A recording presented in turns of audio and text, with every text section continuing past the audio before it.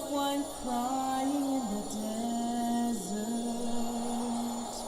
The grass withers, the flowers fade. The word of our God stands forever.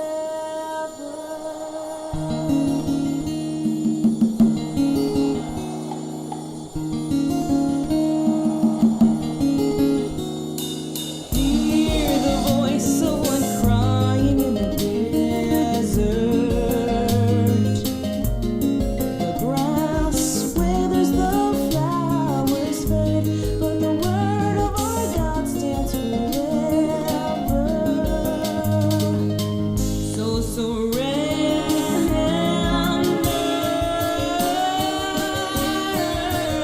If you open your eyes and turn from darkness to light, from darkness to light, you will be forgiven. You will be received. Shalom Aleichem, and thank you for joining us on the Wall Watchmen. I'm Stephen Morgan. The intent of each week's broadcast is to focus on what's happening out beyond the walls of our comfort zone and present the news in such a way so that we do not fear, but instead are filled with hope and anticipation. We like to think of our broadcast as one that presents news with hope. Most of the time, we do random acts of journalism even when we don't try. All right, everybody, let's bring in our guest here. He's had to endure our jabbering for a little while here, so I'm excited to get Dr. Cass Ingram in, and he's also, he said he's in the same time zone that we are. Dr. Ingram, how are you tonight? Yeah. Where did you guys, nice to talk, where did you guys come up with all those gut bombs you were talking about? Gut bombs? I mean, hard liquor and Velveeta hydrogenated oil, and yeah, I haven't heard that language since the 70s. I'm telling you, these guys, I just don't even know how I handle these guys. You really do need me to stay on the line for a while. I think so. Come in and cure us, will you, please? Yeah. Well, that's gonna be automatic. Automatic. Yeah. Good. By diffusion. How's everybody doing? We're great. We're great. We're actually doing very well, and very excited to have you on the show. We're very familiar with, most of us are somewhat familiar, some of us a little bit more familiar with your work and your books. Yeah. Let's start off right off with the website and your books. While people are listening, they could go watch YouTube or whatever it's called. They could go to healthynewsradio.com, and they could see me in the woods hunting. And there's a little bit of discussion about, maybe Fukushima there. I don't know if I've uploaded those parts. We heard earlier from our Canadian about the Fukushima issue. We're going to talk about that too, I hope. Okay. But that's one thing. Now, the books, you can view the books there. But then there's that book we're going to talk about too, Rigged, about the rigging of elections. And that one's for free. It's the preliminary version. So if you want a freebie, a 350-page freebie, you can have that because it's important to get the word out. And that's on a different site, which is healthfreedom2012.com. And you go to the blog, and you've got a free book. Right. Yeah, I jumped right to it. It came right up. It's very good. Very good. Wow, that's a real nice website you got there. Yeah, the guy did a really great job on making it so clear and this and that. Sure. And there's a lot of op-eds that I've written in there, and some of it's pretty strong stuff. So if you've got a good, strong mind, then it'll be good fuel. Now, it has you here embracing a tree. Are you a tree hugger, Dr. Cass? Oh, I've hugged a few trees for the sake of the camera. Okay. When you're out there doing those documentaries, you'll do just about anything that the cameraman tells you to do.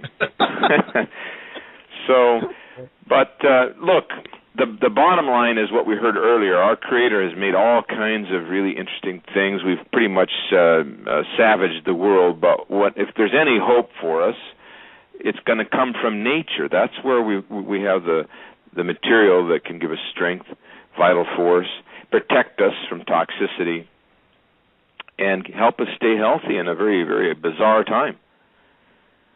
No, if you think about some of the things we've been assaulted with, from vaccines to fluoride to chlorination to drugs to drug residues to bisphenols to pesticides, I mean, who wouldn't have some health problems? But they say fluoride's good for us. Who's they anyway?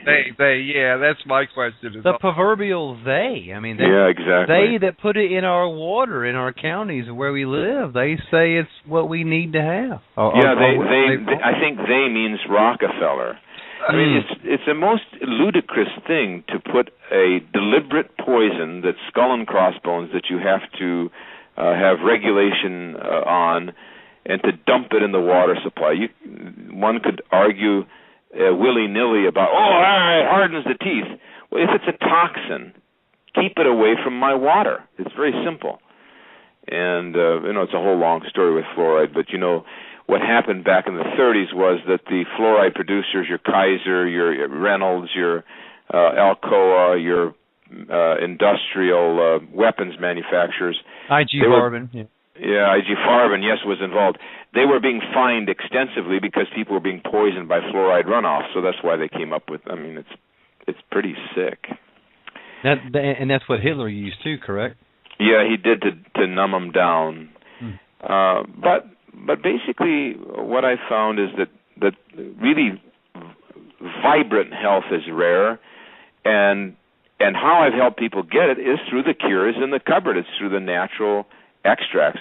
One of those, of course, is the oil of oregano, this P73 oregano oil. Another one is the whole crude herb. That one is known as Oregamax, and the juice of oregano. Those are pretty common in the marketplace, and they will make a big difference in your health if you use them regularly.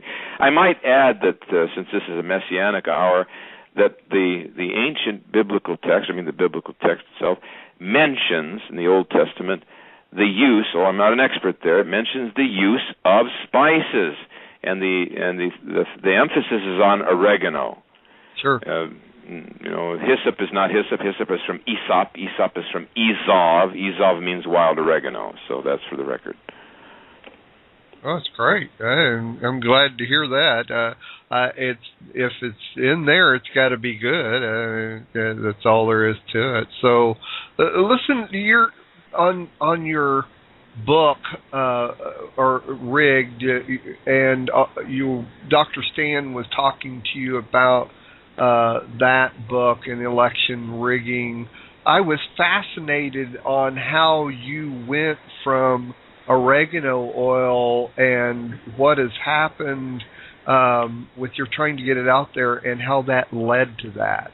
Can you kind of enlighten us on that? I'm not a friend of corruption and tyranny. It's just in my nature to not like that and to see people being hurt as a doctor. And so as I was trying to figure out how homeopathy got destroyed in herbal medicine, how that got wiped out at the turn of the century, about 1930, you stumble upon a world government was very active at eliminating natural medicine. And this is very important because back in the 20s, 30s, back in the medieval time, ancient Greece, the biblical time, whatever, Pharaoh, if something cured something, they said it. In medieval times, they said oil of oregano, they called it oil of oregani, is a categorical cure for earaches, for bronchial congestion, for asthma, for flu, for colds, for wounds, for venomous bites, for wounds that won't heal. They called oregano a cure. And yet we can't talk about it now. So that led me to the Rockefeller family, and then that led me to their buying senators back in the turn of the century. And that led to some of the senatorial people putting vote machines in for them so they could actually rig the vote. So our rigging began about the time that the Federal Reserve was forced upon us, and when we suffered the loss of gold and silver simultaneously, they put regime candidates in power to maintain the Federal Reserve so it could never be questioned or dealt with. And that's kind of how I got to vote rigging. There was such voter suppression back in the Victorian times that there were like fist fights, and sometimes they'd have dozens and dozens of humans trying to watch the polls to avoid ballot stuffing and ballot destruction. But Rockefeller definitely paid $30,000, $40,000 a senator or whatever back in the 30s, which is a huge amount of money, to get them to work for him, to prevent us from knowing what was going on. But then that led to Rothschild, and I made a phone call to the Rothschild regime, and this was in 2007, when I saw what I thought was vote rigging against Dr. Ron Paul, who I was fascinated by back then and got behind and paid the $2,500 or whatever it was. And also, I actually got money from other people and told them to donate it to the guy. So it led me to Rothschild, who owns ES&S. ES&S, and when I called them in the Rockefeller Center there in New York, they admitted that they own the ES&S, and ES&S counts 80% of our votes. That's these machines, these gray boxes that are in Chicago and other places. Yeah. The voting machines. So are you saying that we shouldn't vote in this coming up election this year? We should do it, but we should do it. We should change how we do it. Like go back to paper? Paper won't do us any good either, because they'll just run the paper through the electronic machines. All right. Here's what we have to do this year. You want to win? You believe that somebody's getting their votes stolen? Let's say you think that you're a Gingrich man and his votes are being stolen. You're a Paul person. You know his votes are stolen. Whatever you are, then you can't just vote. You have to get 2 or 3 of your friends together and go watch the precinct, like they did in the Battle of Battle of Athens in McKinn, Tennessee, when the troops got so sick of the corruption in '46 that they said, we went and fought for this, and we're getting defrauded out of our jobs and our potential and our future in our own country. So they took over the polls very simply. They just simply watched the polls. And they were going to simply check every ballot on a clipboard. But the corrupt sheriff and the corrupt local family that, benefited from false candidates, they brought 200 thugs from out of state who they lined their pockets, and they beat the troops up. This is all written up in Guns and Ammo. It's in my book as well. After they beat the troops up, the troops panicked. What the heck do we do? We've got to get our country back. So they broke into the armory and took carbines and surrounded the sheriff. This is almost like a Western, isn't it? A good Western movie. Yeah, really. They surrounded the sheriff, and the sheriff shot 2 of the troops. Well, there was some altercations, but nobody died. So what the troops did to force the position is they took some dynamite, lit it, and threw it on the porch. It was almost like Barney Fife or something. They threw it on the porch. They didn't try to kill anybody. They threw it on the porch. It blew the porch off the sheriff's office, and the sheriff came out shaken like Barney Fife or something, and they ran him out of town. In other words, they were trying to watch the vote. You see what I'm saying? Yeah, sure. And that's not being done anymore. Yeah. No. But do you think we can actually get away with doing that in this day and age? Well, sure. I did it 2 days ago. I was stumping for Dr. Paul while I was doing my work, which is I committed 18 lectures and radio shows on the road from Anaheim to Chicago. And so I stopped in Missouri, gave a couple lectures, and was real close to the Kansas City-Jackson County caucus.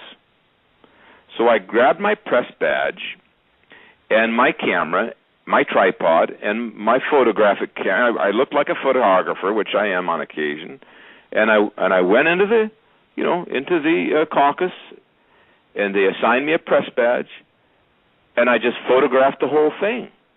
Well, most of it. I had to end up leaving, and I interviewed people. So I got the count of the total number of Paul people versus the Santorum versus Gingrich, whatever, versus Romney. Right in the middle of Missouri. I'm not even from that area. Wow. Who says we can't do it? I just walked past. You know what I did? I had all my paraphernalia. I just simply walked in. I didn't bother to ask the cop if I could go. I just walked in. I got all the way to the, and I have a legitimate press, documentary basis. And I walked all the way up. They almost let me in completely, but they didn't see something on my hand, and I said, okay, because they don't have any right to stop me anyway. So, okay, fine, I'm press. Give me my press credentials. Well, we don't have any stickers, but we'll write something up. And you know what the guy told me? Because they defrauded St. Charles, and that's being recaucused.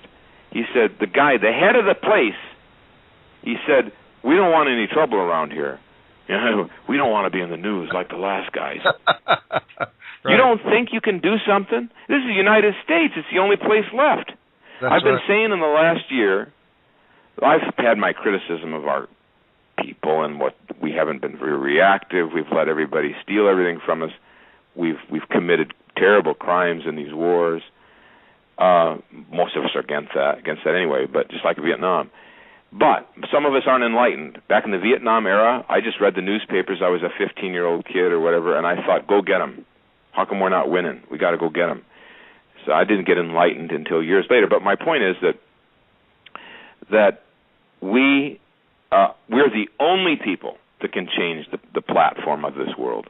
It has to come from the United States. True. You're very true. You're very right. Well, hold that thought. We're going to do a quick break, and we'll be right back. Instead of searching for all things Messianic on a secular search engine where anything could pop up, try a 100% Messianic research engine built and maintained by a Messianic that has lived the lifestyle for over 16 years. MessianicDirectory.info is a category directory of the Messianic, Jewish, Christian, and secular websites that will give your searches an edge you will find at no other search engine. Choose a category on the left-hand column, and it will take you right to websites that fit your search. Just one click, and you're there. MessianicDirectory.info also has a Messianic atmosphere about it that makes sure you're comfortable while you find what you need. Over 60 categories displaying over 300 pages that contain over 1,700 websites that help us all study, learn, live, and enjoy a Messianic lifestyle. MessianicDirectory.info, your Messianic info source. MessianicDirectory.info.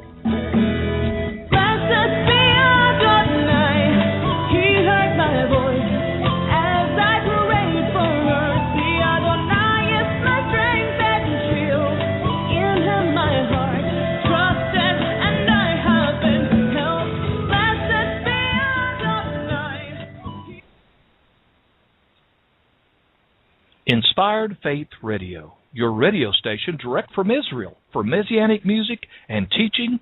Listen to inspiredfaith.org. Dr. Ingram, it's all very, very interesting what you're talking about, and you're 100% right. I guess we are about the last have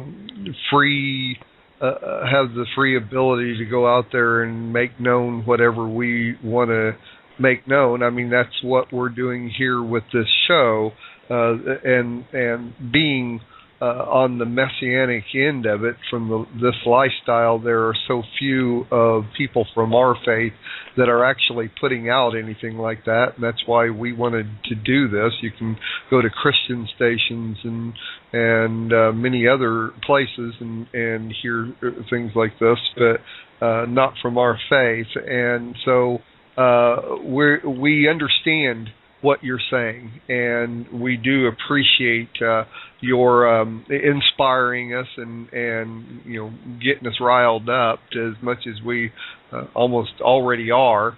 Sometimes though, as much as we hear, and I don't want to get into a place of just believing that we're so far gone with the elite of this country, the Rothschilds, and has already got it set, that there's just no way that somebody like Ron Paul or Michael Peruka or anybody like that is ever going to be elected, because they've already picked who they're going to make sure that gets elected by the rigging of the elections. Well, that's right. And you're right. There's no apathy at all allowed. It's a revolution anywhere, and you would expect a revolution would lead to consequences. Even some people could be taken and hurt and killed and beat up standing for the truth. One of my friends, when he was standing for the truth against the war, Mr. Maitland from WBAI over there, they beat him into a pulp. I had to send him quite a few supplements to try to bring him back. He was in the hospital for so long. So in this revolution, you join in, and you do it in the name of God, and you let him take care of the rest, and you don't have any fear, Yeah, no, I understand what you're saying.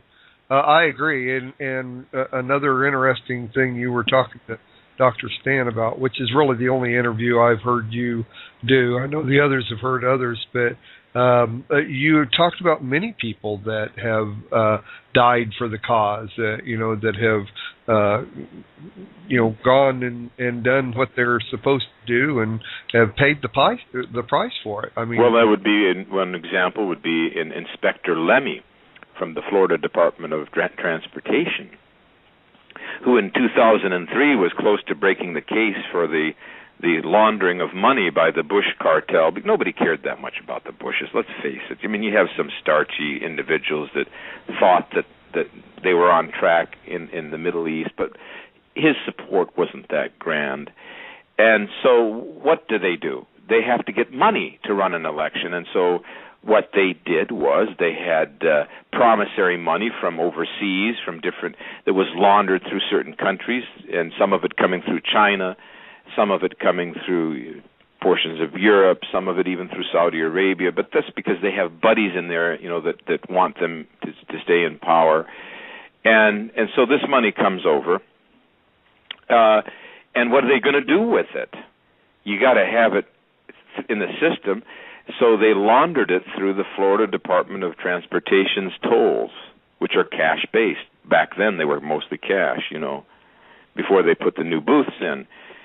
And Lemmy couldn't make the numbers work, so he started looking into this, and it led to the Bush White House. And then that led to the Mossad, and it led to Jack Abramoff, and it led to vote rigging by both Israel's, prominent politicians here and the Bush regime.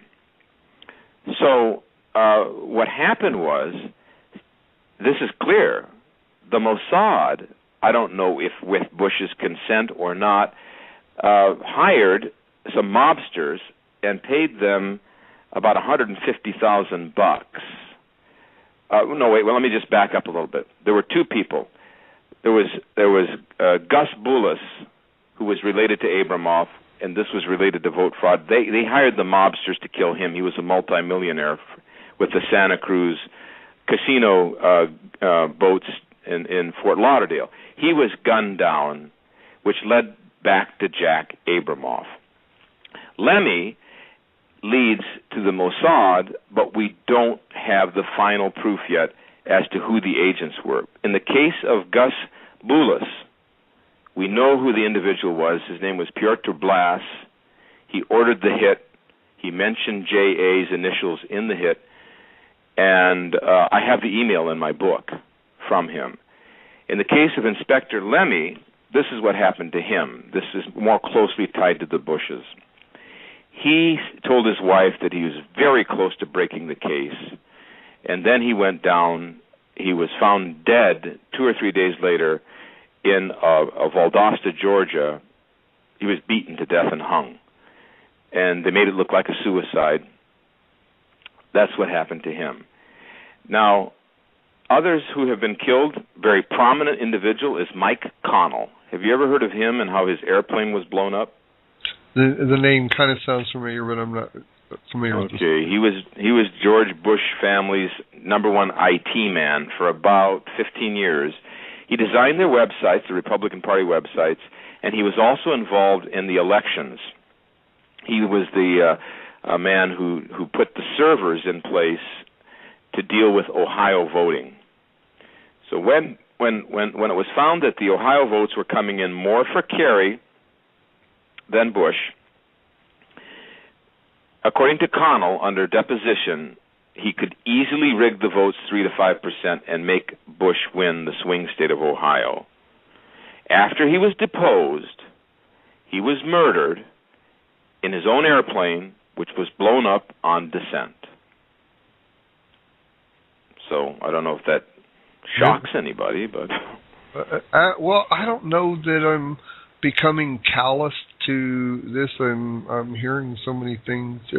It's shocking. Every one of the stories are always shocking, but it's amazing how we're more like deterred to thinking something else, or media puts it in a different spin. So well, they do.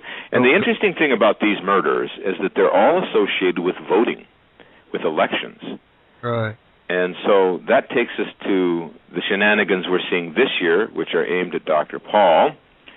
Sure. And it also takes us to the possibility that that criminal behavior is already going on in the middle of the election. So on the hope side, if we could get enough people to prove criminality, then potentially Dr. Paul would win easily.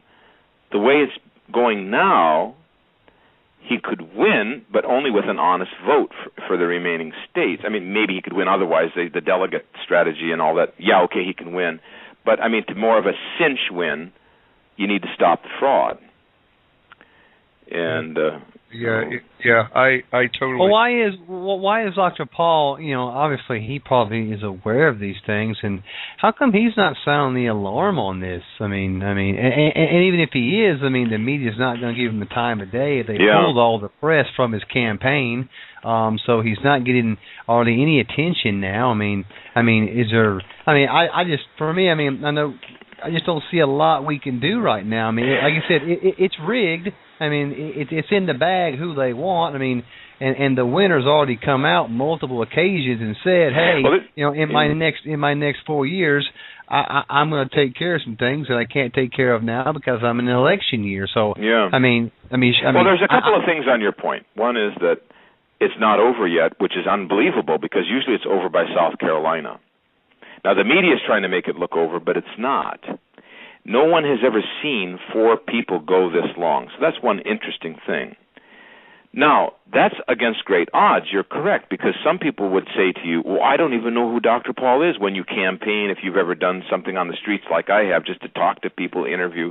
It's not uncommon where somebody says, oh, I didn't know about him. I never heard of him. Yeah, I'm going to read this. I think I'm going to vote for him. And this is in April almost, So that is a realistic concern that how could this be achieved? However, there are 3 regions here. There's the will of God, and he can do whatever he wants. We're required to take action. That's what he put us on the earth to do. Otherwise, we wouldn't have hands, mouth, ears, nose, and feet and all that. And could we, the people, make a change? I've been telling people that they rig the votes in the precincts so that if we had an actual count, we would have court-verifiable evidence that, okay, wait a minute, we have 1,000 people here that say they voted for Dr. Paul. But we didn't take the time. We watched everybody steal from us, then we went, oh no, it's going to be same again. We didn't bother to take the energy and the time to say, you know what, we're going to take action against this. We know what you're doing, and we're not going to let you get away with it, and we're in this to win. Instead, we go back to, oh my God, we can't do anything about it. Well, you can do something about it. You can actually photograph every person that walks out of the poll. That's your absolute legal right. And you know what? It's that simple. But what does that do for you? You take a picture. What do you do? You could put up a video camera of everybody that walks in and out. You'd have a total count. Now listen to this. In Indiana, nobody paid attention, and they gave 144,000 extra votes in 2008 during the primaries. Nobody paid attention, so nobody could go back on it. It's too difficult once it's over. It could be done, but only in states like California where they allow an audit challenge. So it's that simple. They're rigging the vote in the electronic states. Nobody's taken the time to get the numbers independently, which is through exit polling and videographic evidence. I did it in the caucus. I'm a stranger. I'm not from Missouri. I've got the total audience on my tape. I've got the count from both the Ron Paul office and a separate count from an independent Ron Paul Green grassroots guy. I've got a count of 380 from the Ron Paul people and a count of 430 from the other guy. I've got evidence, court verifiable evidence. If they would have tried to defraud Paul by saying you don't have the supporters, Santorum's got 300, you have 200, they wouldn't. They were in fear. Yeah. They didn't. So you just let them get away with it. Rothschild's a chicken. If you start proving, God's my witness. You start proving, but who wants to do it? I would do it. I'm going to be in Europe. I would be the first one to go to and take a team of 20 guys to the precincts in Connecticut, in Delaware, in whatever's upcoming, in North Carolina, and I would teach them, train them the day before. And if they give them $50 if they couldn't, whatever. But just do it. I agree with you. It would take a few to do, and if you have the right concept, we're a nation of chickens, though. We're a nation of people that won't rise up and do what we want to do. Just a few. Well, I need to take another break here, real quick. Actually, I'm in Oklahoma, and in the subdivision where I live, there's got to be 4 or 5 SUVs with Ron Paul's picture and his name and everything. How they emboss it on. Yeah. Did you see any other cars for Santorum or Romney so embossed? No, absolutely not. It's all over the place, and loads of little posters and stuff everywhere, all for Ron Paul, up until about 3 weeks ago, and then now the other ones are coming out. But it's real big. Let me take a quick break here, and we'll be right back. Get all of the Bible prophecy news headlines every day in one place at BeastWatchNews.com. Watch the nations amass against Israel and the fall of Mystery Babylon simply by reading the headlines. Beastwatch News is formatted so you can quickly stay informed. Newshounds can click on the links for even more details. And don't forget to subscribe so Beastwatch News can be delivered right to your inbox. BeastWatchNews.com. Every day except Shabbat. Come to Zion Ministries, right from the heart of Israel. When you come to Israel, you come to Zion. You can find them at ctz.org.il.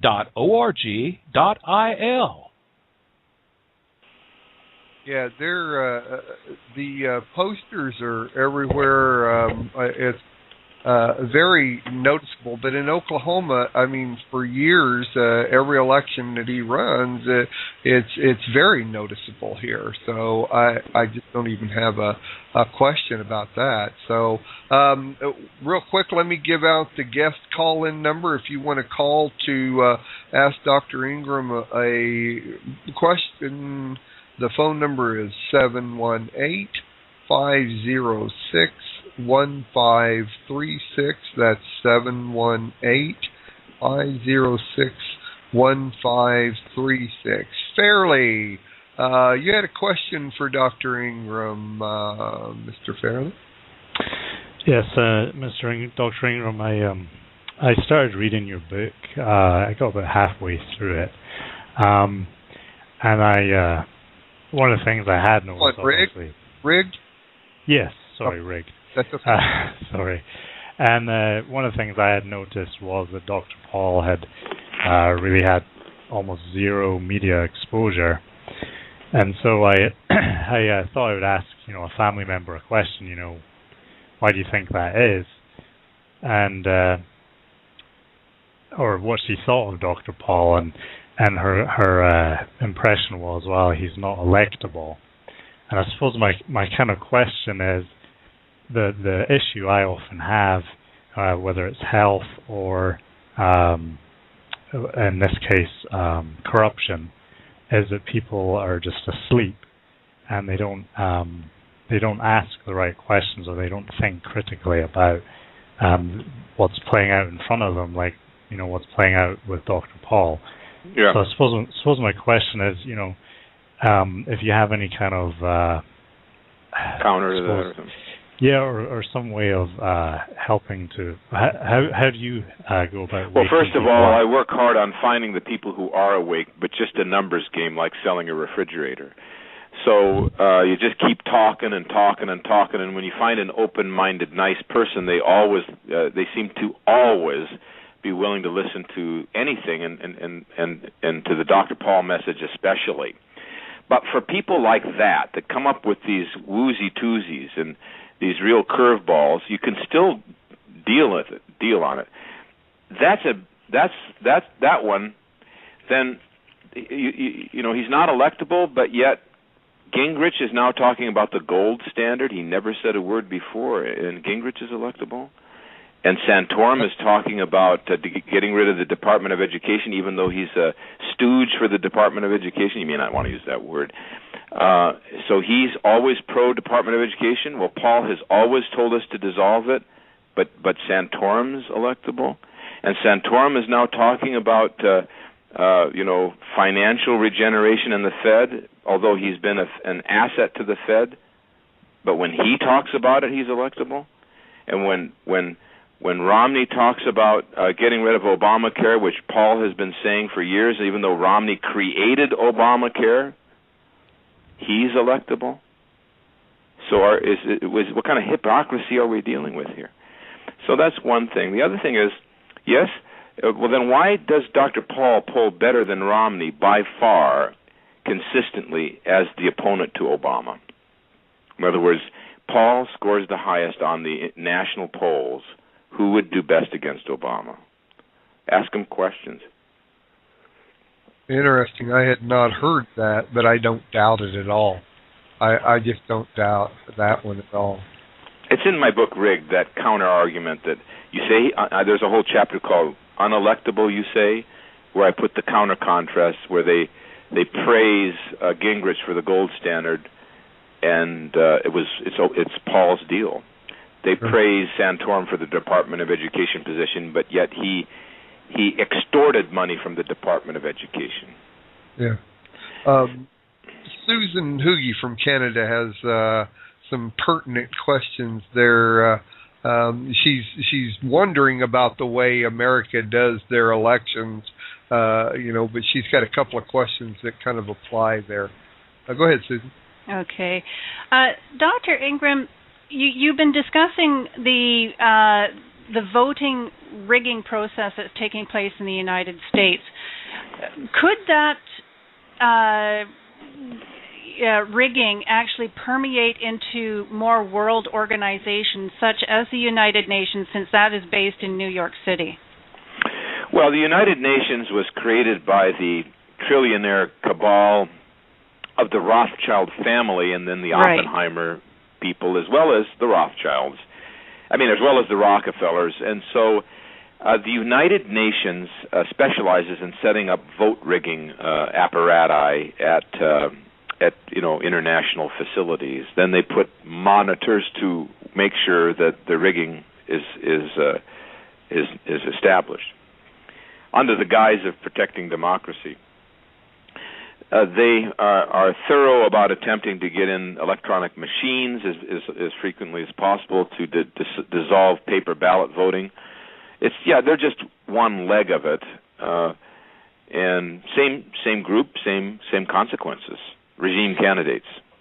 So basically, this whole process is actually becoming a worldwide phenomenon. Oh, totally. I mean, Canada seems to have been exempted to some degree, Switzerland and Iran. Those are the three that have relied primarily on verifiable paper ballots. Mm-hmm. That's quite an interesting statement, isn't it? That Iran, the independent observers in Islamic Iran said that the vote system in Iran is considerably more democratic than the United States. That's very interesting. You'd almost immediately figure that whoever they want in office, do they have in office, that's who's going to be in there. It wouldn't have anything to do. Of course, I guess they do know they're... Well, that's what Fox News would have you believe. And Fox News is a war associate, and also Rupert Murdoch has his private agenda, since he's put in power by the Oppenheimer cabal, and the Oppenheimer cabal is close associate with the Rothschild family and the maintainer of the Israeli area. And now the other thing you must know is that these people are multi-billionaires and trillionaires, so they feel that they can do whatever they want. Sure. I say the wild card is the American activist, and if enough of us get sick and tired of it, then watch out.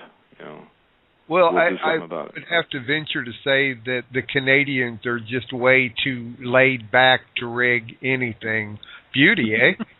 Well, that might be it. I don't know what happened to Canada, but they stayed with this paper ballot system, and God bless them for that, I guess. I don't know.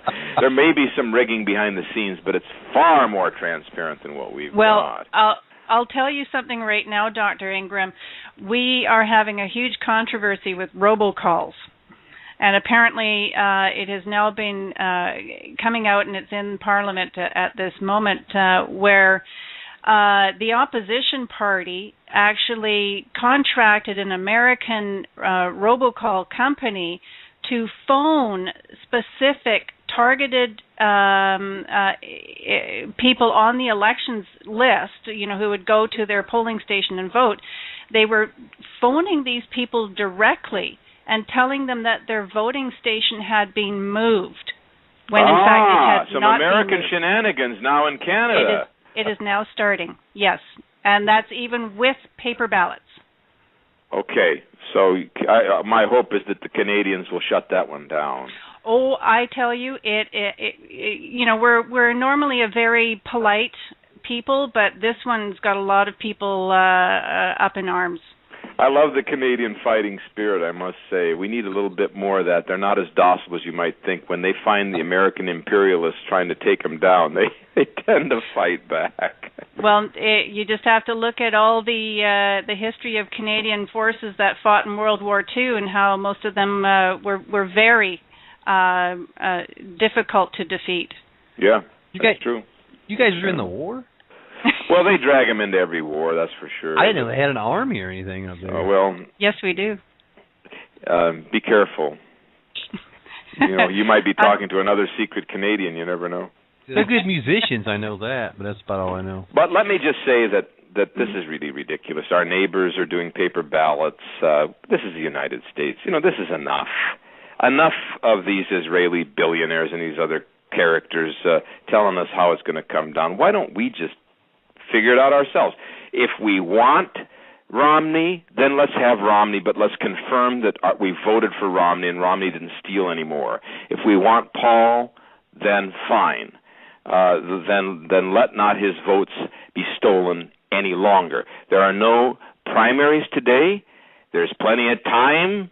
Right. I mean, I don't know if I hate to say this, but from what I've seen, our Creator can inspire one human. I don't know who it is, and that human could change the world. Right. Maybe it's 3 humans. Maybe it's whatever. He is Dr. Cass, and he's going to be called the Anti-Messiah, and he'll be coming very shortly. Can we put enough oregano on them? Maybe they'll go away. You know what you need to do is not give them the oregano, and just take it yourself and just give it to the good guys. There you go. I mean, this is really, it goes back to, it said the will of God being done, and it all goes back to the sins of the world are finally reaching the heaven in the nostrils of the Almighty, and He's given His country exactly what we're going to get shortly, which is 4 more years of Obama and further tyranny. And I mean, we can go and do what you're saying, but at the end of the day, I think that time spent will be better served with your family and holding them close to you, because you can do all that, but the will of God's going to be done, and I think it's already been written down. Think God wills more tyranny? I think He wills what the people deserve and what we're asking for, and I think this nation as a whole is asking for that. They don't realize what they're asking for. Well, that'd be fine if they were asking. All I'm saying is that they're not necessarily entirely asking for it. Those who are asking for a war against tyranny are being disenfranchised. So they're not. When I went to the Missouri caucus, I saw 430 to 450 youth, and some of us that were in the 50 era, stand tall against the regime. And there were only 300 for Santorum. Wow. So, yes, 300 want the war and assassinating, mongering Santorum. Yes, that concern, it doesn't just concern us. Yes, that is a trend. Yes, he calls for immediate invasion. But I don't think it's the majority. When I walk the streets and I talk to people, the majority of Americans are not going that way. I agree. And it's confusing because you see this starchy, may I say, fundamentalist group who buy into this rapture and who buy into this thing about Armageddon. Right. And you think that that's the way the country's going because that's the way the media is going. But we have to understand something. Some of this is not God's will because of the people. Some of it is manipulation. Mm-hmm. Look, there's this thing called Islamophobia. It's not real. It's created. There was a woman 2 or 3 days ago. It wasn't written up in our newspapers. A couple of thugs went in and beat her to death. She's a mother of 5, and they left a note saying, "You're a terrorist.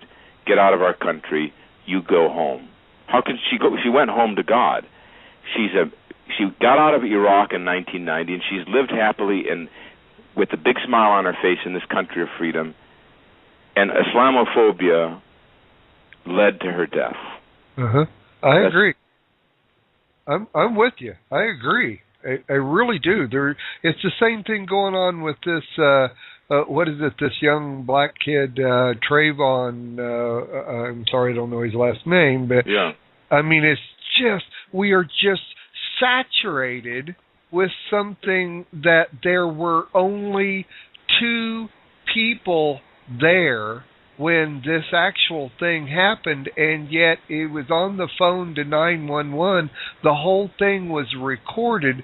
They have loads of evidence, but yet nobody really wants to wait and hear exactly what the evidence is. They want to predetermine that this one guy was wrong. Yeah, exactly. They don't want the evidence. Ridiculous. Yeah. Mark, I think it was 2 days ago, 3 young black men entered into the Mississippi University dormitory and got through 3 layers of security, and they gunned down a white man. Have you heard anything about that? No, you haven't. That's because our media is controlled. We all know this, so it's like but they're going to beat the drum on this so much about this guy, but we're not going to hear nothing about the racial issue on the other end of it of 3 black men killing a white guy at Mississippi. Yeah, it's all controlled and contrived, but in that process, the modus operandi is created for tyranny, as you mentioned, and even the removal of freedoms. So, and when you look at the controlling force, you see that they do attempt to demonize entire people, and that's why I'm saying that some of this is is completely contrived.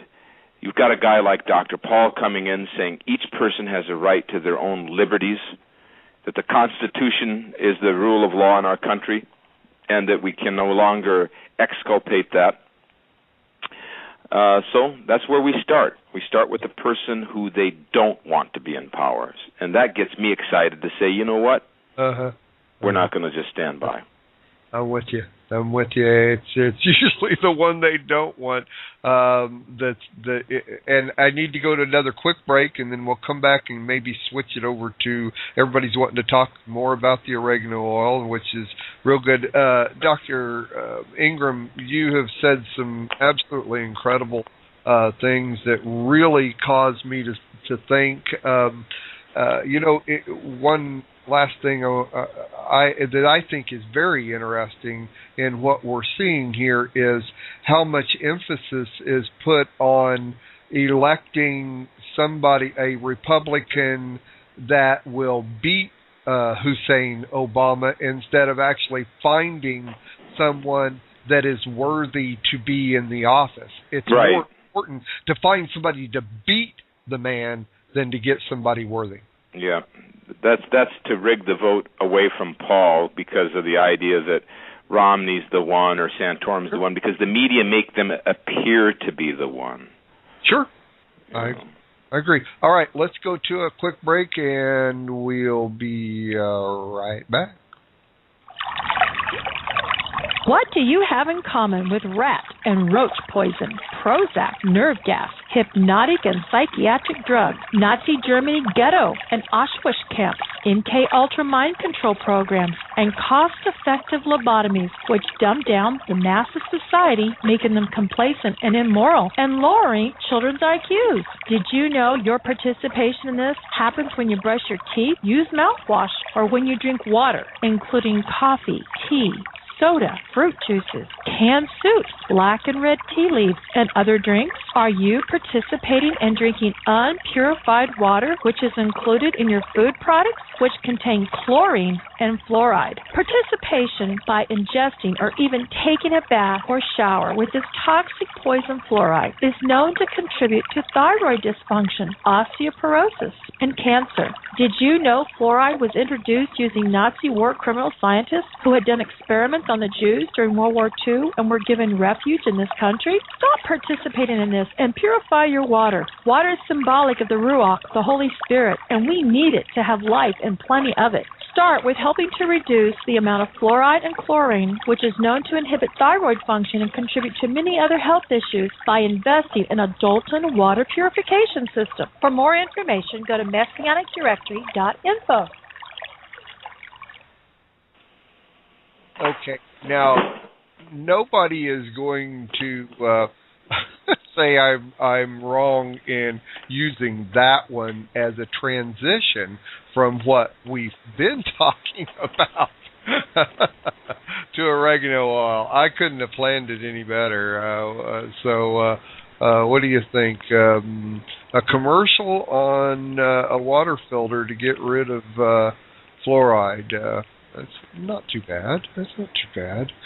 All right, guys, let's switch it over. And I thought the idea of what he had talked about, though, way back when Pharaoh and all that, and the oregano oil and the rigging of elections and that type of thing, kind of played in. I would have never believed that you could tie oregano oil to the rigging of elections, but Dr. Ingram, that was quite incredible. Well, I've seen suppression of natural medicine extensively by any regime candidate, not just the Bush family, with its ties, its obvious ties to pharmaceutical houses. Bush Sr. being on the board of Eli Lilly, being very closely associated with the president and CEO there, and making special arrangements for vaccine damage so that Eli Lilly and Merck were not held liable. And, well, that's a whole long story, too. But to Obama, with his close ties to socialized medicine and to the insurance cartel in Chicago and in Omaha and so on, how he's been an agent for the pharmaceutical industrial complex, and how he has. And there's just another interesting point. Barack, that's Hebrew. Hussein, that's Arabic. Obama. A lot of people are confused. I see people on the street, usually truck drivers. I don't mean truck drivers, but people who want to believe this way. I've run into 2 or 3 people who absolutely insist, we're going to get that Muslim out of the White House. Well, why believe in a fable?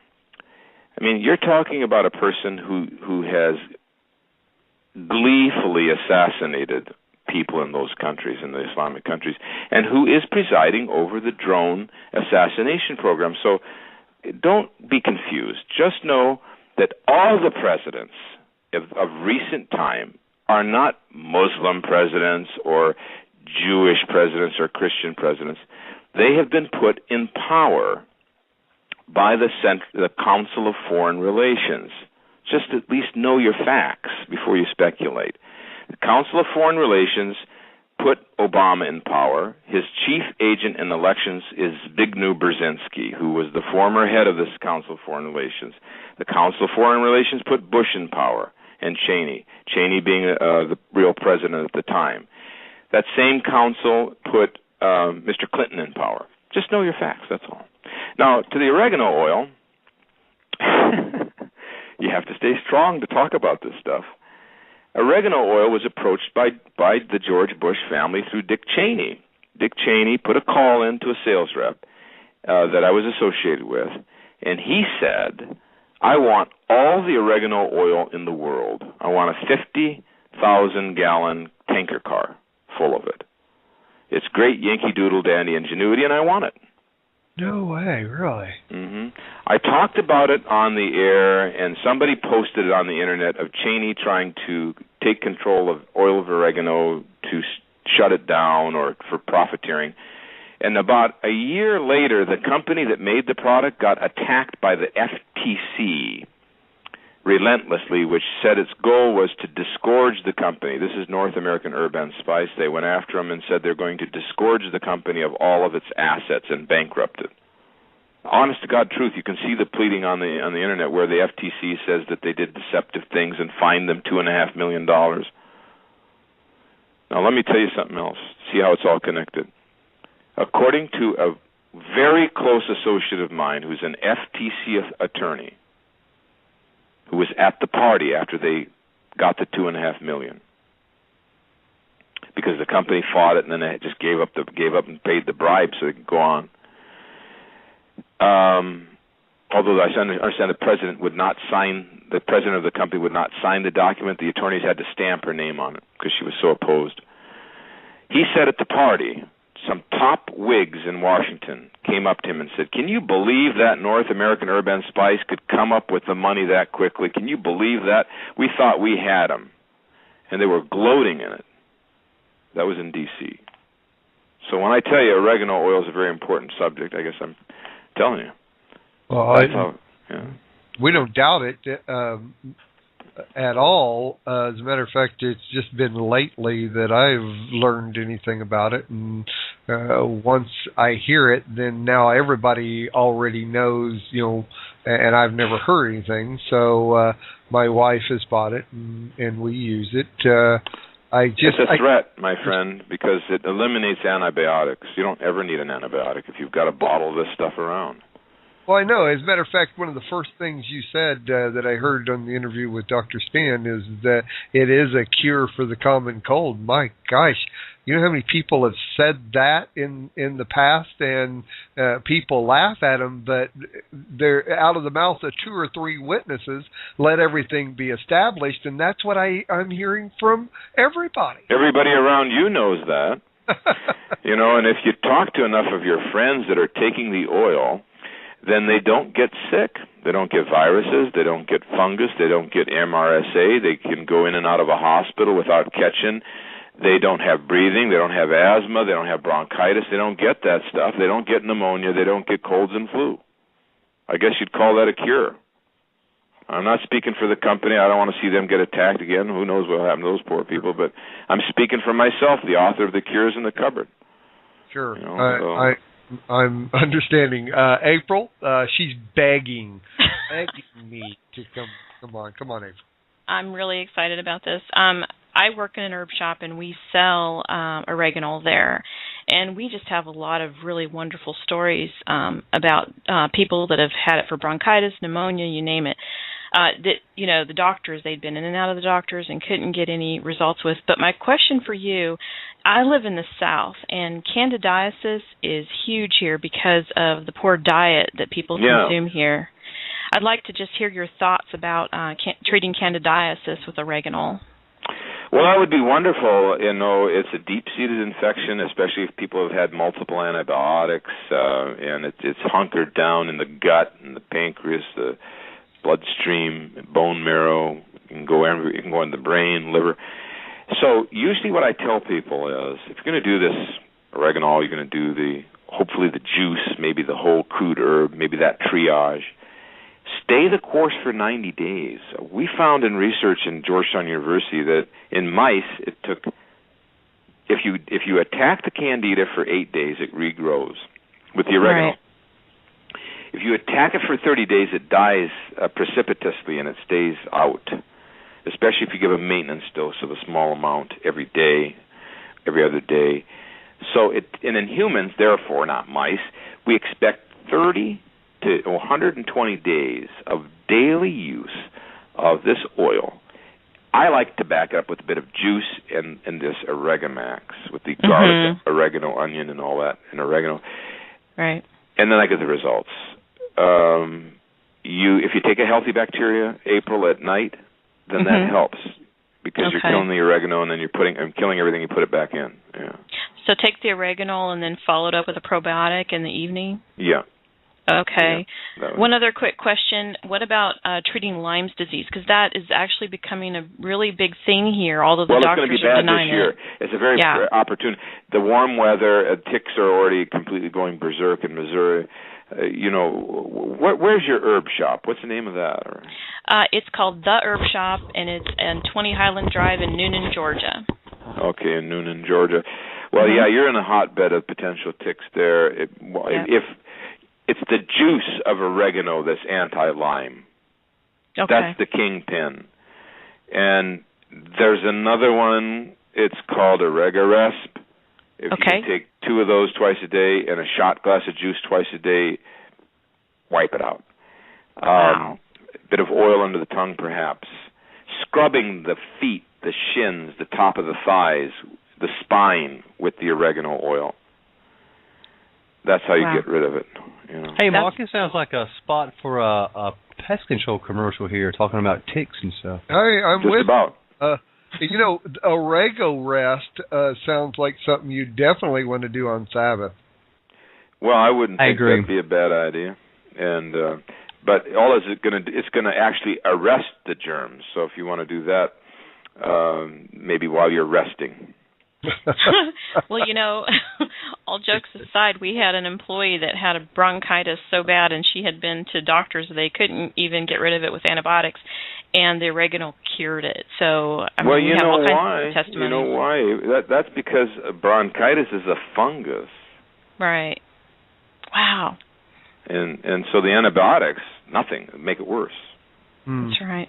Oh, this is wonderful. Dr. Cass, where's your practice located? I mean, where are you at in the States? Well, I got run out of practice by the feds.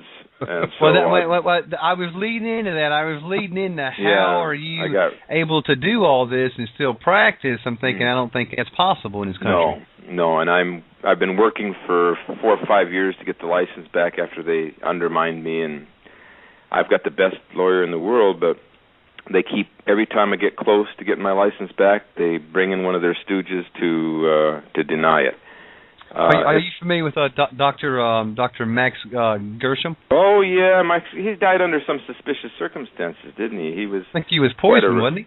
I believe he was. Was it arsenic or something? Maybe fluoride. Yeah, he's poisoned twice, and he bounced back from the first one, and then he was poisoned again. Yeah.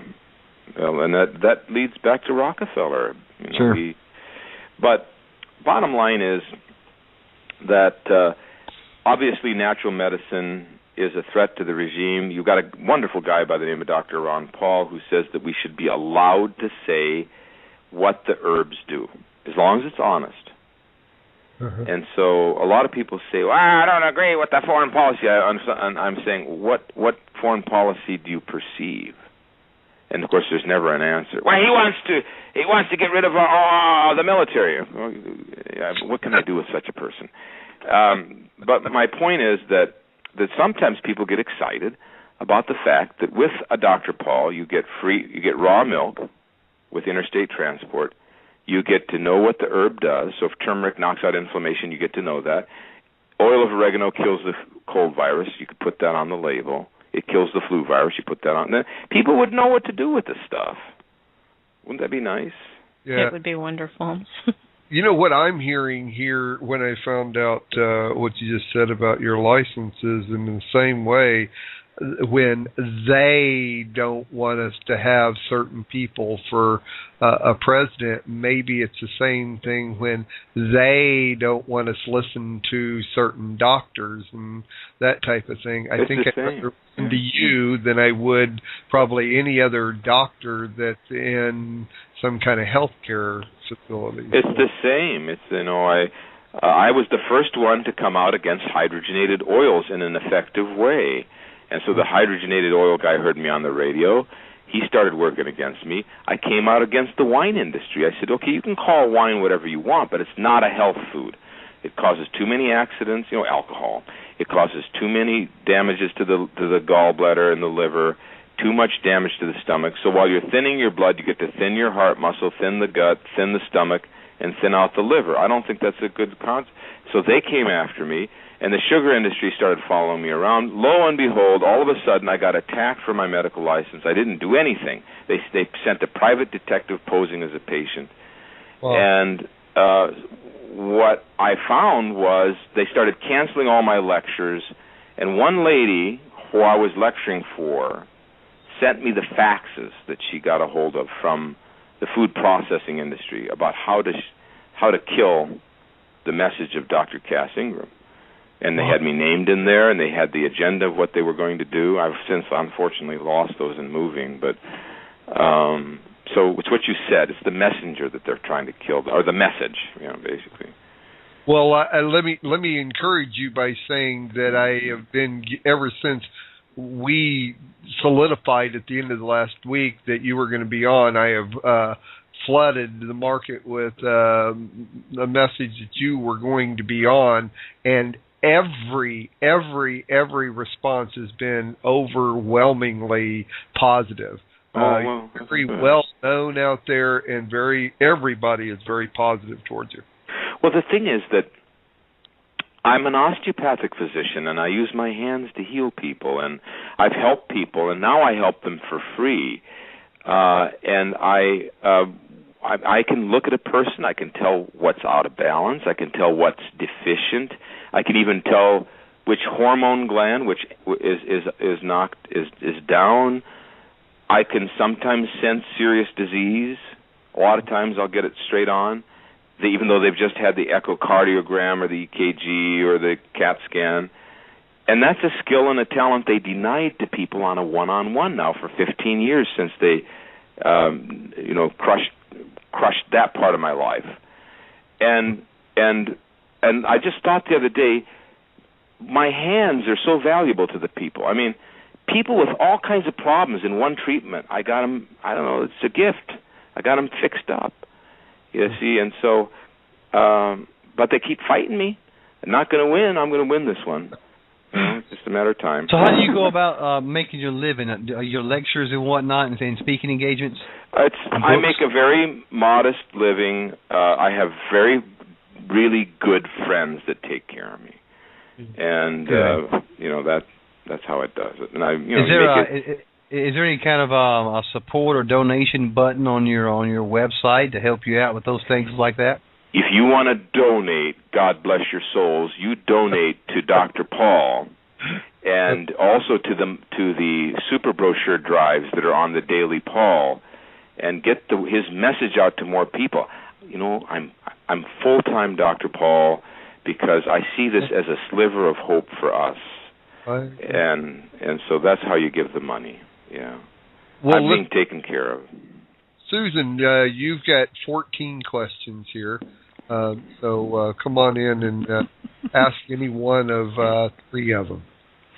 Oh, okay. I think this one would have more overall meaning or whatnot. But Dr. Ingram, in regards to taking oregano oil, sometimes there are side effects with that. You know, if you're doing it as a cleanse or whatever, and you can get headaches and dizziness, etc. and stuff. What's the best way to deal with that? Yeah, your best version is this blue label stuff, which the side effects are less because that's coming from the mountains of Turkey and it's high elevation, very clean. Some of the lesser oregano oils seem to cause more towards the upset stomachs and the headaches, which you don't tend to get with this P73 material. That helps. But there are certain things about oregano. Once in a while, if you kill all the some of the noxious bacteria, that toxin can come out and you can feel a little bit fluish for a day or two. It happens, but rare. Once in a while, you can get a little achy when the toxins come out. Also rare. But that's a good thing, though. Huh? But that would be a good thing, though, if you're experiencing those kind of side effects. That would be an indicator that, yes, it's really working. That's a very positive thing because we don't have much immune system. We don't seem to get the fevers and the chills and the aches. Our immune systems are so suppressed. The other thing we do see with oregano, and no one can quite explain it, is that somebody could get a rising in blood pressure. It's usually transient. And the way I've told people that get that is I say, take your oregano with a full meal instead of on an empty stomach. Take it right in the middle of the meal, and that seems to prevent that Oregano is very strong for the heart. It's good for the heart. It makes the heart pump. And when it makes it pump aggressively, sometimes you'll see this rise. But that's all. There's no other side effect. It's not toxic. Fortunately, even though it's strong, it has zero toxicity to the liver. So sorry, Mark, I just wanted to ask about fluoride. Would it help to flush the fluoride out of our system? Well, nobody's ever proven that, but it's a great antioxidant. It raises the glutathione levels. That protects the cell membrane. To flush fluoride out, I use something called the Purge. It's called the Total Body Purge. It's kind of a wild muck from the far north of Canada with some oils, and we tell people to take an ounce a day for a month to blow everything out, parasites, flukes, heavy metals, just, clean it all out, pesticides and stuff like that. But what is it called? Total Body Purge. You take the Purge liquid and the Purge capsules, take a few drops of oregano oil, maybe some juice of oregano. That would be my fluoride. Fluoride's very difficult, isn't it, after all? It's a tiny molecule. It gets trapped, into the bone and teeth and all that. I just can't do without my Aquafresh. I don't know what to do. Yeah, you can get rid of that real quick. April has come up with a few recipes for us. What, oregano-based? No, for toothpaste. I don't know, not oregano-based, is it, April? Well, why don't you just do this?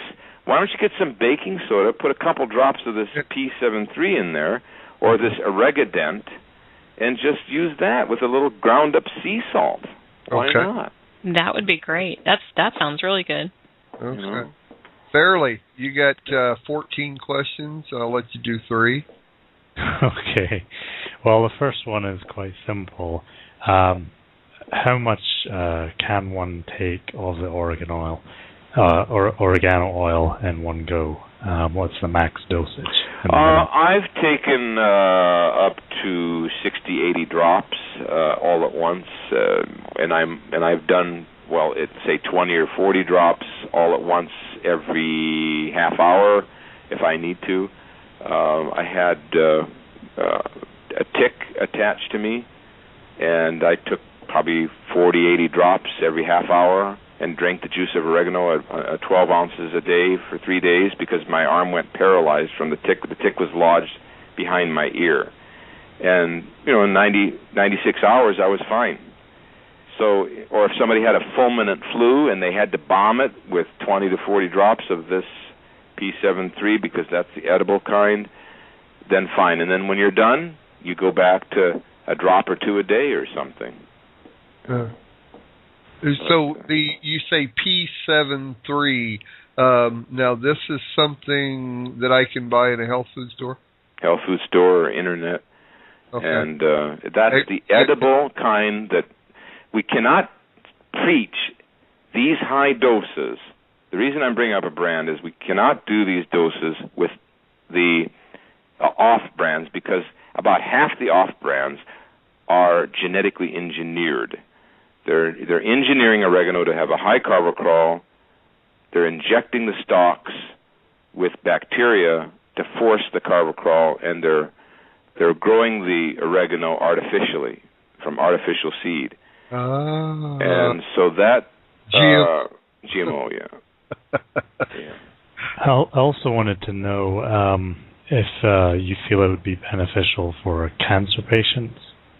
We had a case of a person who was an indigent and was being left on the curb, essentially at the hospice, to die.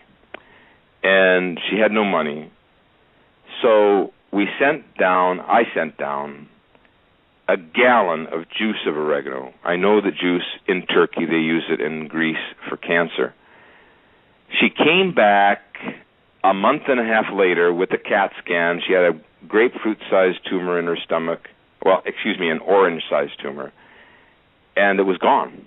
There was just a little round piece of scar tissue. It ate it out.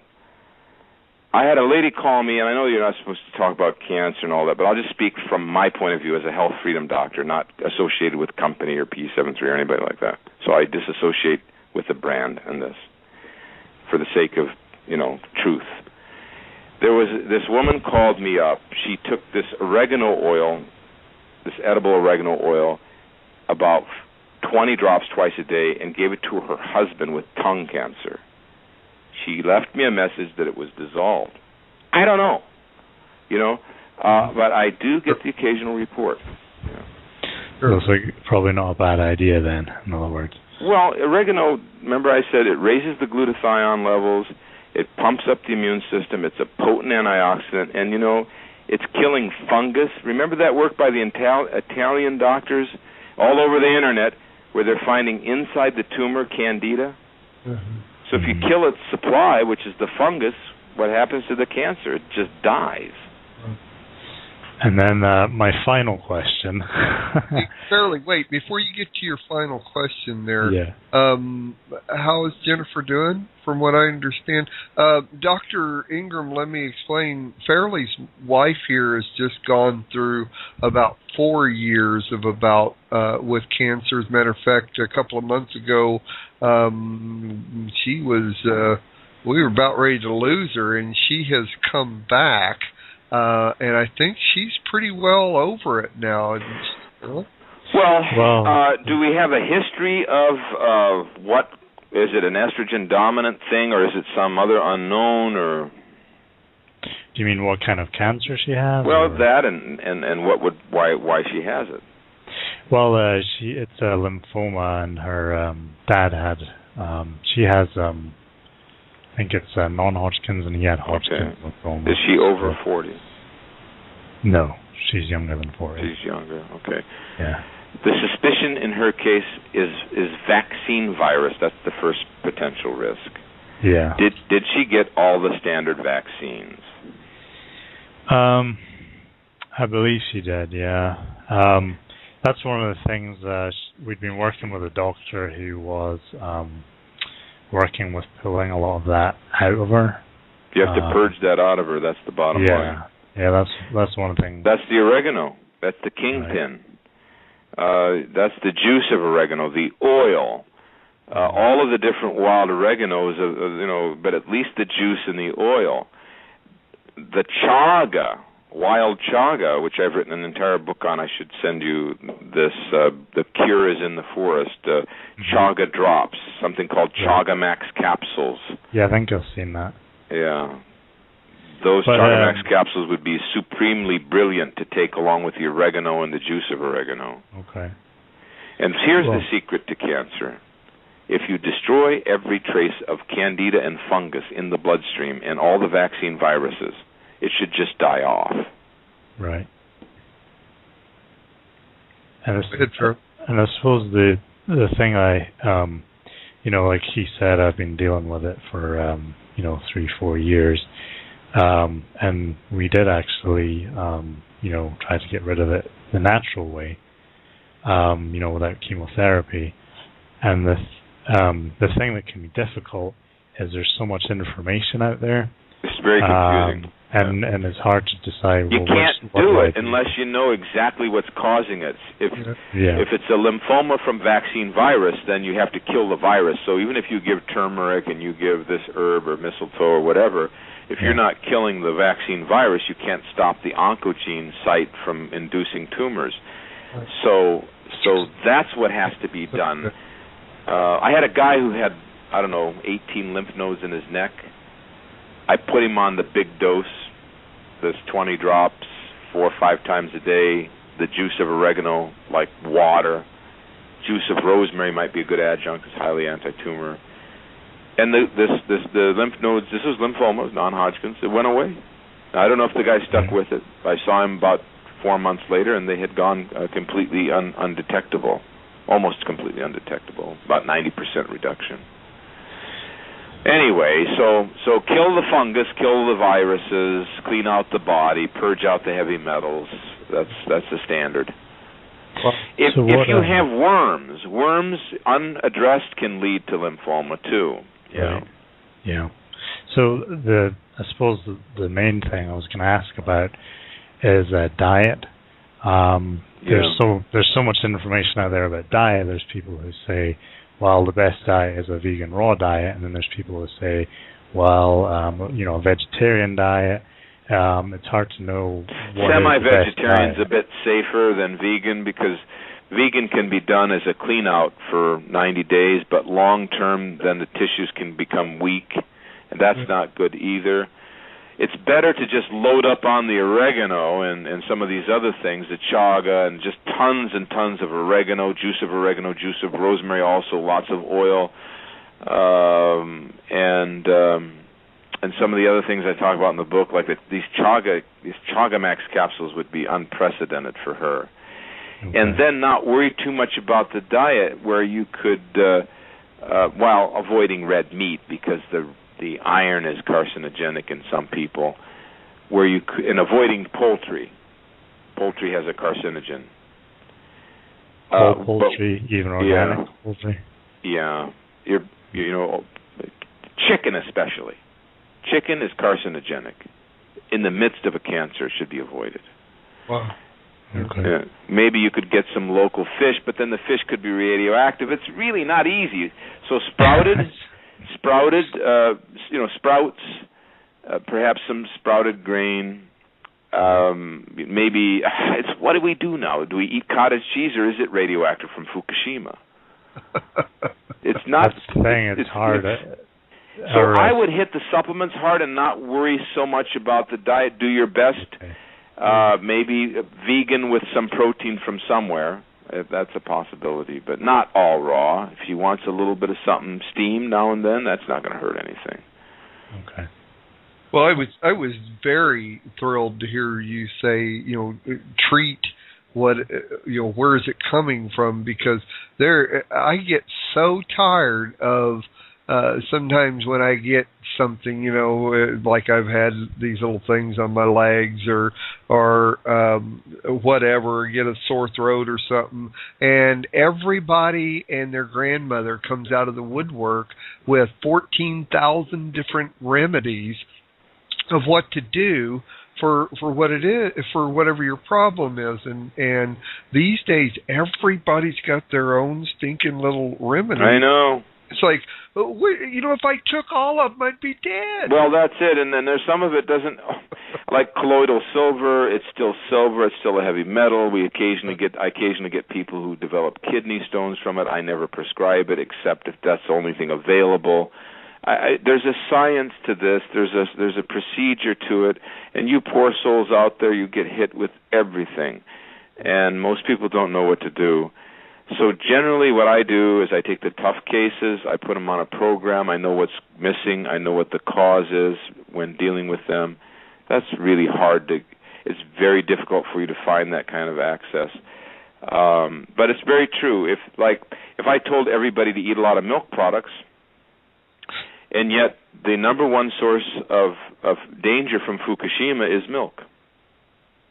Okay. Because Fukushima has spread these radioactive flecks systematically all over the globe, and the milk in California is radioactive. Where do we get our milk from in the United States?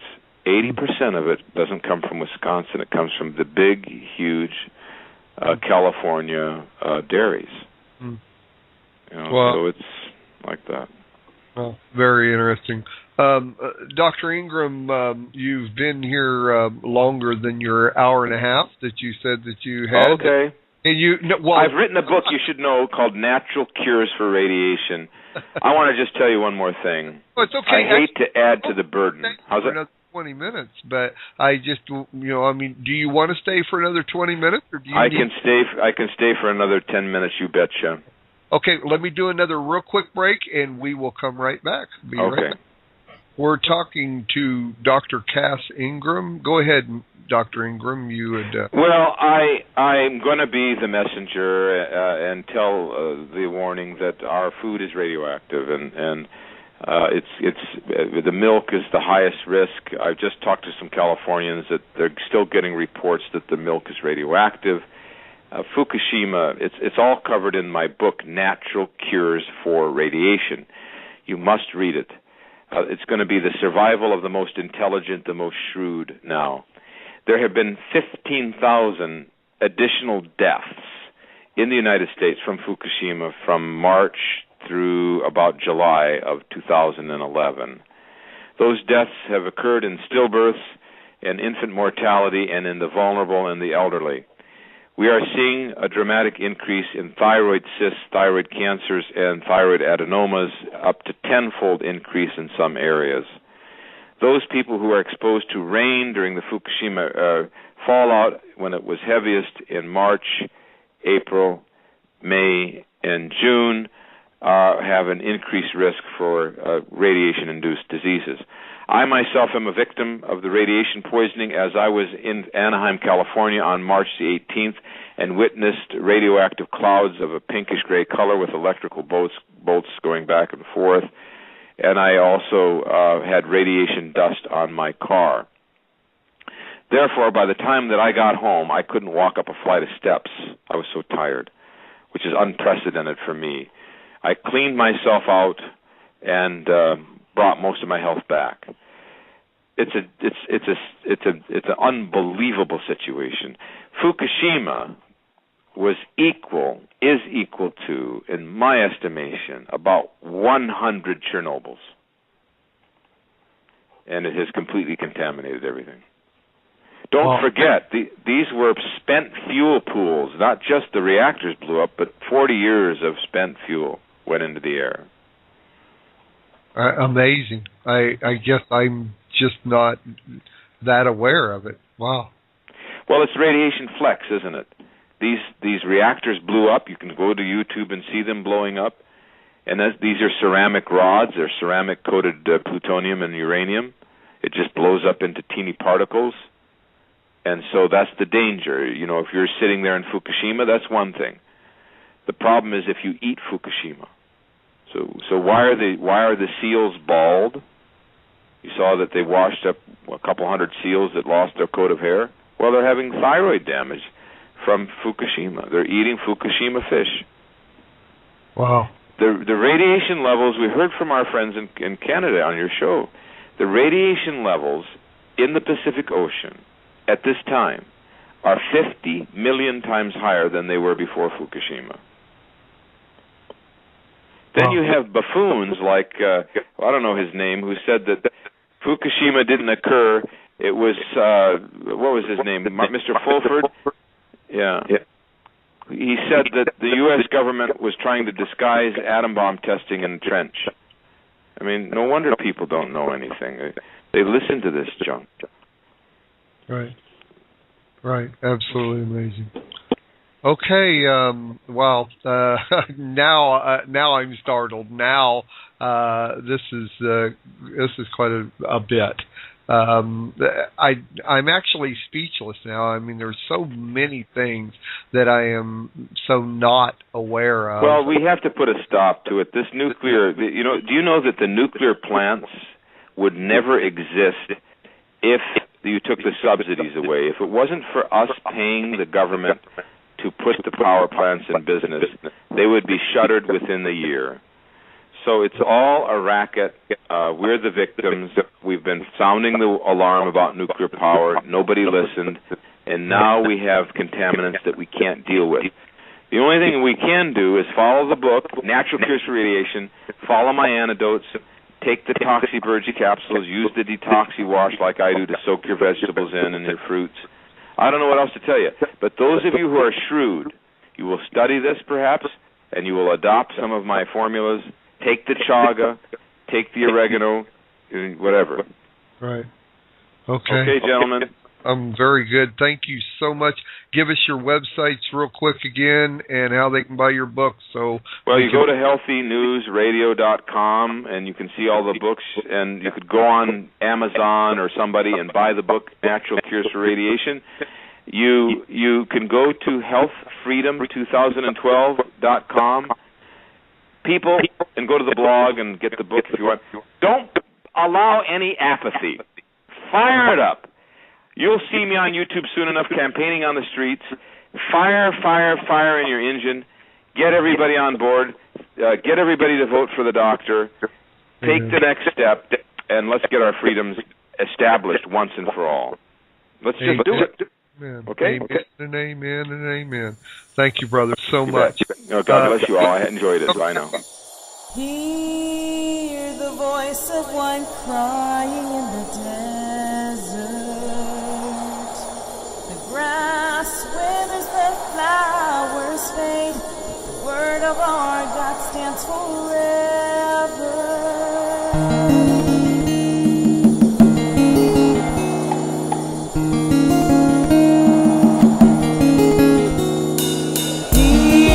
Voice of one crying in the desert. The grass withers, the flowers fade, but the word of our God stands forever. So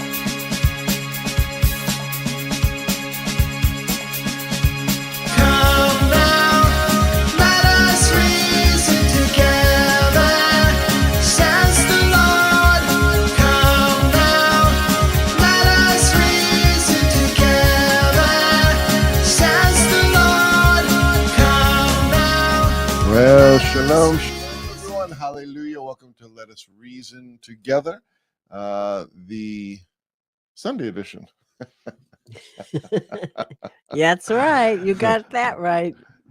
Hello? Hello? Hello? Is anyone here? Anyone? This is your morning wake-up call. I don't have one, but... How'd that happen? I don't know, but I have to do my little thing here. You gonna do your little thing? Yeah, my thing. What's your thing? My thing is this. Your thing? Yeah.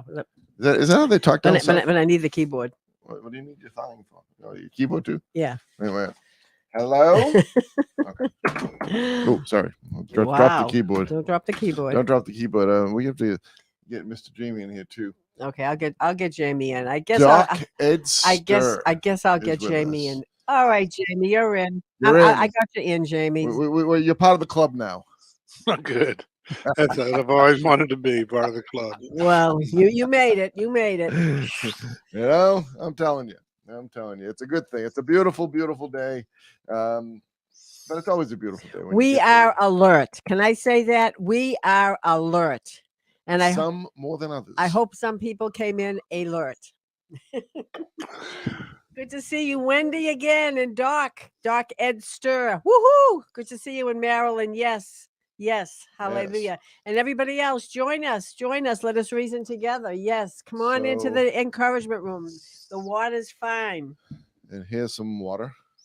And I've got look at all the drinks I have here. I know, you get like 4 things. The thing is, am I going to be able to finish them during the broadcast? That means less talking. What do you think, Jamie? You can refrain from answering that if you like. I take the fifth. I just take a fifth.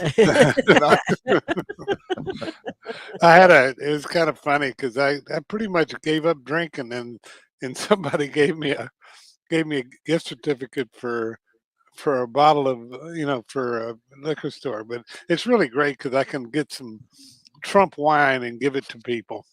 So it'd be kind of, in Virginia, there's right down the street from me, not too far, there's one of Trump's properties, and it's a vineyard. So it's kind of nice. You can do that. We can do that right here in Virginia. Well, if you wanted to go the other route too, you could always go and record a Pelosi press conference, because then you'd have Pelosi wine. Oh, here we go. I bet you, what would we hear? What would we hear? I don't know what we heard, but anytime you hear it, you hear whining. The whining. No, I thought we'd hear the goggle, goggle, goggle. I thought we hear this goggle, goggle, goggle. Now you might hear this though. What is this? Oh no, here it is. Yeah. That's what I thought we might hear. Yeah. Oh, you might hear that, or where is it? I have no idea where things are anymore. I don't know where it is. But you might. You wouldn't hear "get to work." Not for you definitely wouldn't hear that. Definitely wouldn't hear that. But you know what you'd hear from me? Where's the scream? Yeah. Which scream? That one? No, that's the other one, right? That's the Dean scream. Yeah, I'm not the Dean scream. Which scream? I don't have a scream. You don't? I don't think so. Okay, how about oh no? Is there an oh no? Oh, you might. Come on. Anyway, but you'd also you might hear well, anyway, it's time. It's wasting. Jeff Allen is with us. Is wasting. Thank you for joining us, Jeff. You've never been here with Let Us Reason, have you? Has he been? I think he's been with us. No, I think you have been with us. I'm sorry, you have. Yes, Mr. You're alert. Allen. Jeff Allen is alert. Hallelujah. I may be dating myself, but how's your brother, Steve? Steve Allen. He passed away. So hopefully he's doing well, but I have no idea. But it's time to wake up. Hallelujah. This is the day of wake up. Well, that's interesting. This is the day of being awoke and up. Not awoke. Not being woke. But being wakened. I like alert. Alert. Yes. Let us reason together. Yes. LURT. Yes. With an olive in front of it. Alert. I think we're alert. I know one thing. Everybody that's here that was on the War Room prayers is alert right now. We had we had a wake up prayer time, didn't we, Jamie? Jamie's on mute. Jamie's Yeah, on. I'm sorry. It was a great time. I wasn't alert. I was not alert. You got me, Abigail. You were playing So what else is new, Jamie? You gotta be quick on those buttons. Oh, gotta be quick. You gotta be quick. Gotta be quick. I'm telling you. I've learned that from 40 years plus being with Abigail. You have to be quick. You have to be quick. In the early days, we don't say this anymore, but in the early days, we would always have a little fun and saying, boy, we should pray for a boring moment.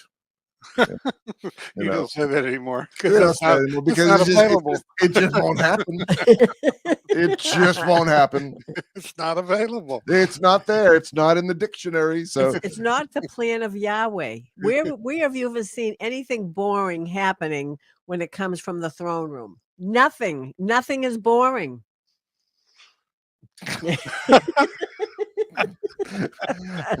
I rest my case, Your Honor.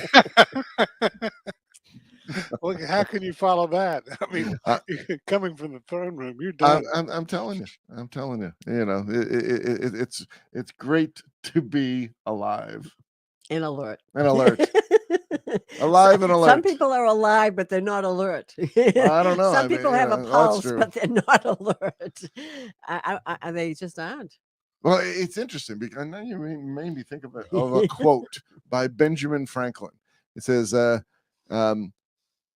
I gotta remember the quote. I can't remember the quote now.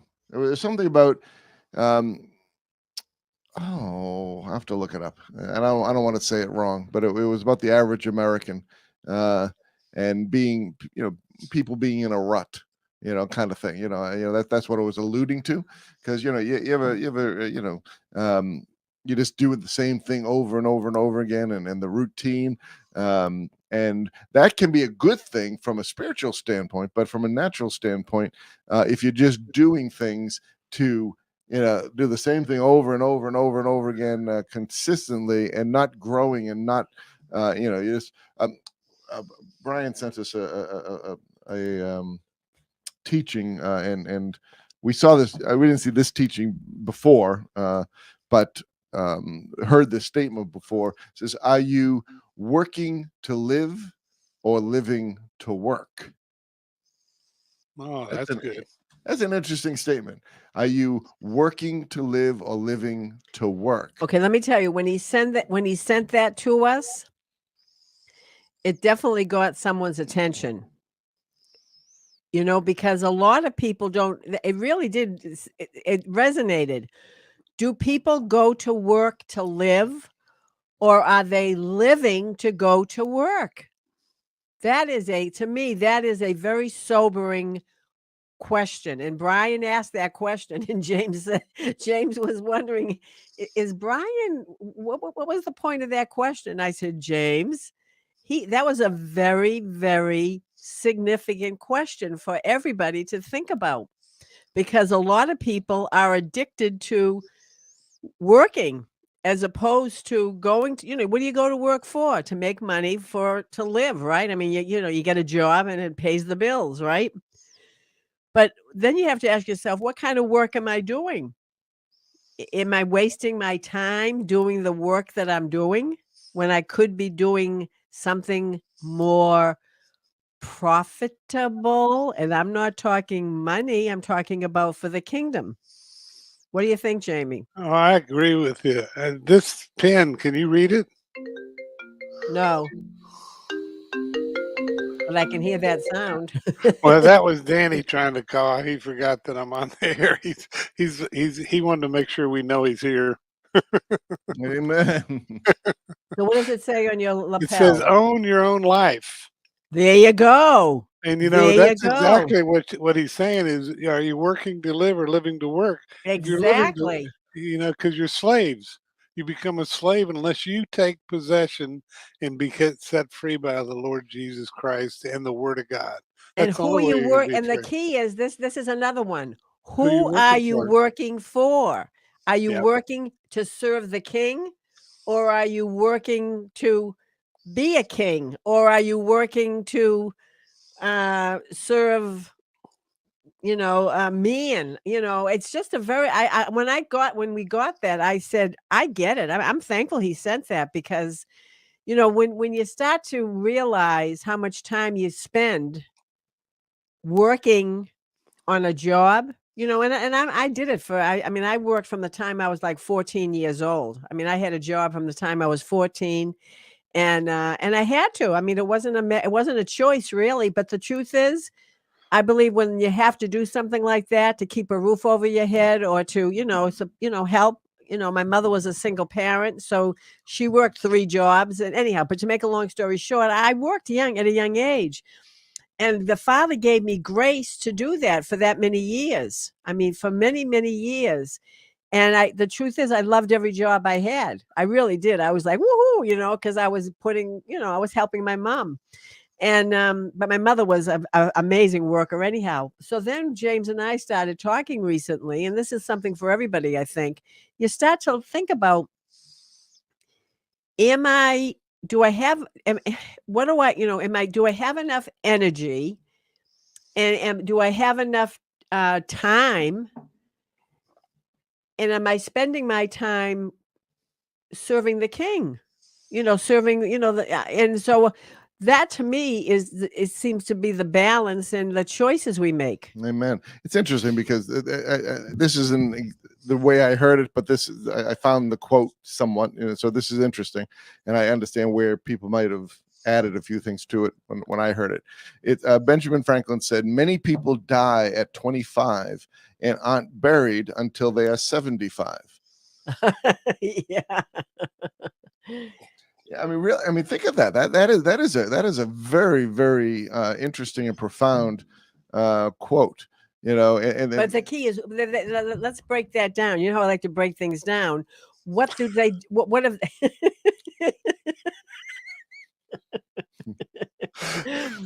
See, I would be a good attorney. I really would. I'd be a good attorney. I'm just saying. But anyhow, if you break it down, I object, Your Honor. Sustained. Overruled. Overruled. Oh, okay, whatever. I don't know what the word She's the judge and the lawyer. You see.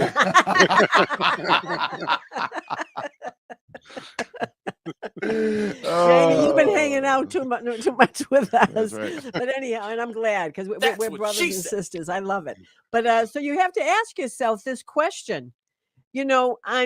When you work, when you're working on your job, is it fulfilling, or are you serving mammon? Sometimes you can be on the job and you can be a light there. You can be saying, I'm here, and even though it's a job, I have an opportunity also to be a light to the people that I work for, if you have the right heart.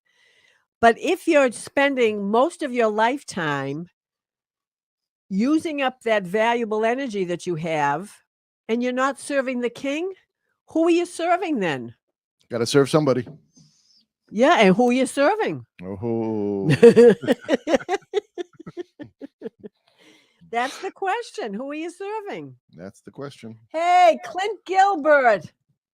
Yes, you would be a good attorney. Thank you, Clint. Yeah, thank you. I know I would have been. I know I would have been. Yes, I agree. I agree. But I am a lawyer. I told that to a man in Texas.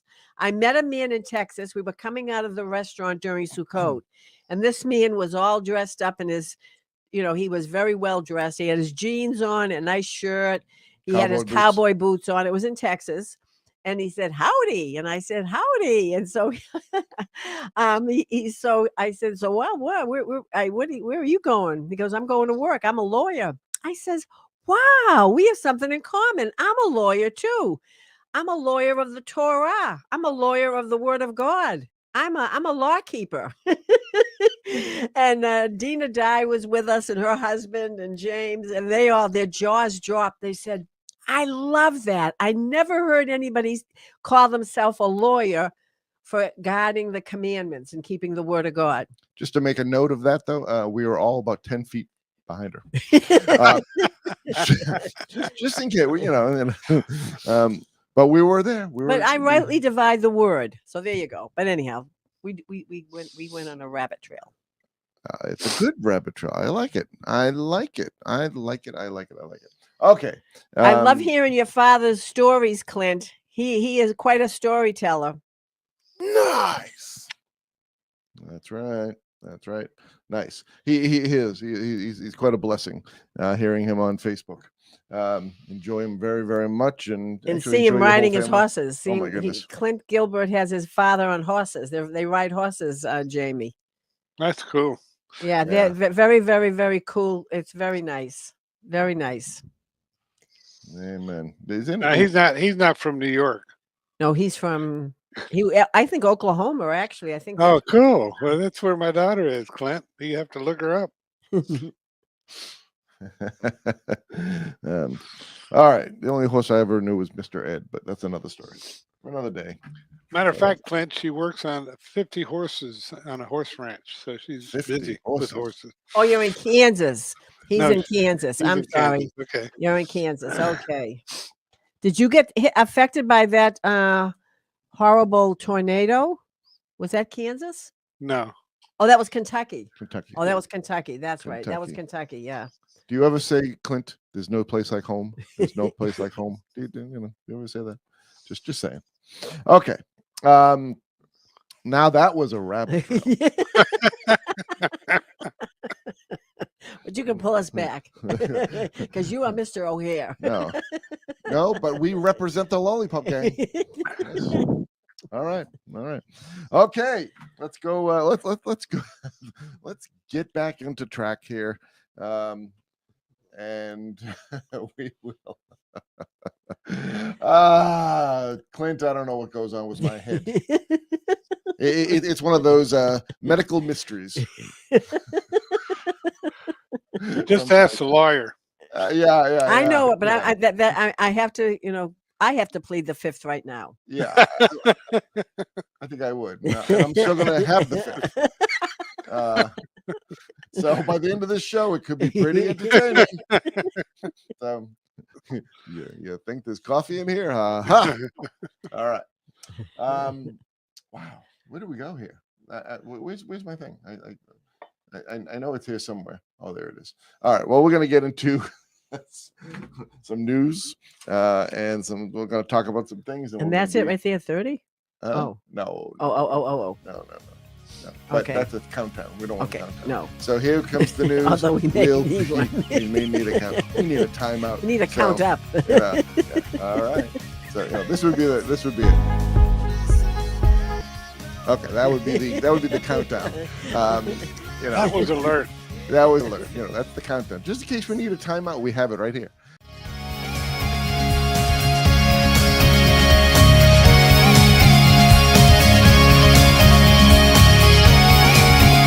Though your skins are like scarlet, they should be white as snow, white as snow, white wool.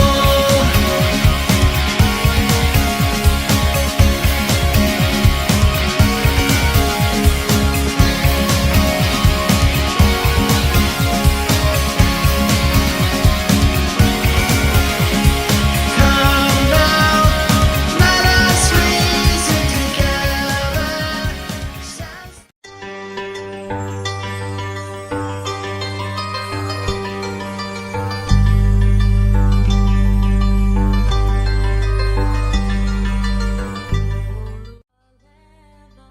Even Pharaoh, when he calls Moses back, when the servants petition him and say, how long are you going to let this man be a snare for us? So it's okay. Pharaoh recalls him back, but he's still negotiating. Well, who's going out? Everybody. We're not leaving some people behind because that means we're coming back. And in case you haven't noticed, Pharaoh, we're not coming back. We're giving our notice. We're leaving. You can go rent this place out to someone else. We're gone. Go hire someone else. And Pharaoh then refuses. He's still negotiating. He still figures, and this is sometimes what people with hard hearts do with God. I mean, isn't that what Jacob did? He was wandering around, well, God, if you provide all my needs and you bring me back and blah, blah, blah, then you'll be my God, and then I'll give you 10%. We covered this in that chapter a number of weeks ago. That's not the way God works. You don't negotiate with God. When God says, let my people go, you say, yes, sir. If God says, move over here, you don't say, well, if you do this and you do that and you provide me with a good job and I want a good church and everything else. Abraham walked by faith. God says, leave the country of your fathers. That's all God told him. And Abraham said, okay, where am I going? I'll tell you. Just start walking and you'll figure it out along the way.